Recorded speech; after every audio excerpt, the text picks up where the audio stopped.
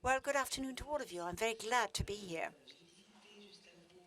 Just before coming, I was discussing before this discussion with Michelangelo Pistoletto. I went around this marvelous place, and I was really wondering whether I would be able to take the floor, because what really is very impressive indeed is the great humility one feels when faced with all the activities of this environment. I saw the workshops, I saw young people working together, re-establishing links between themselves, among themselves, and with society. And could I start off my introduction with this statement? I must admit that I was very moved to see how working, manual work, creativity can really help build, rebuild, and reconcile man's relationship with nature. I was really very favorably impressed indeed. Now, I went to see the Città dell'Arte in Biella, and we are rather jealous in France because we haven't got such an excellent example of a success where everything was built and rebuilt on the basis of art, art as a form of energy supply, where education has been revisited, where people think in terms of a creative economy. That is a lovely example in Italy. Congratulations to Mr. Pistoletto and to Italy. Thank you for having given us that example. To go back to what you were saying about France. In France, we've had some interesting experiences. We, as architects and graphic experts, were asked to reinvent Paris. I am specialized in art, and I also helped co-found a cooperative. I'm also the member of a committee on heritage at the National Fund, and I tried to work with a multidisciplinary team and set up a project. Now, I don't think that we would be as ambitious as to think that we could set up a French Città dell'Arte, a city of art, but a center where we would intermingle, where various activities would be intermingled, which would be all linked with each other thanks to art and culture, where all the appropriate bridges would be set up, all the appropriate links.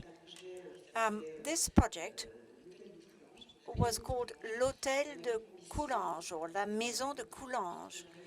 And the idea was to work in partnership with others who are involved in the activities of the Fondation de France. We wanted to create a special area in the Paris region. So there's a little link I would establish with what is done in Italy. And you were explaining earlier on that the object of the exercise is that art represent a channel to communicate, where it would be possible to further human development above and beyond the artistic area.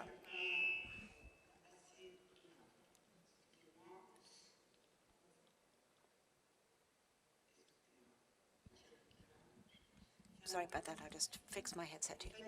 But this is a rather difficult point. Now, I have a rather delicate task here because I teach art to very young students. And fairly down the ladder, if I could put it like that. But I also am in charge of the cultural heritage. So I provide advice on policy.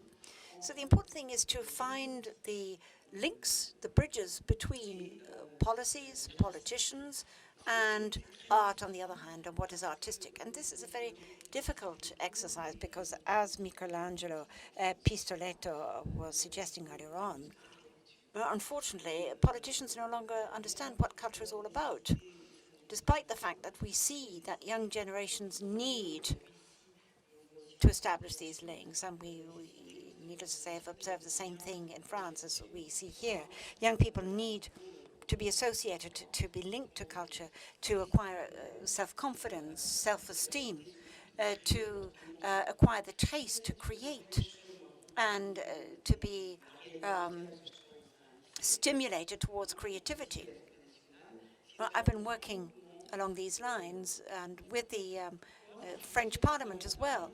I've been trying to explain why culture is crucial and why it is essential for it to be at the heart of our policies.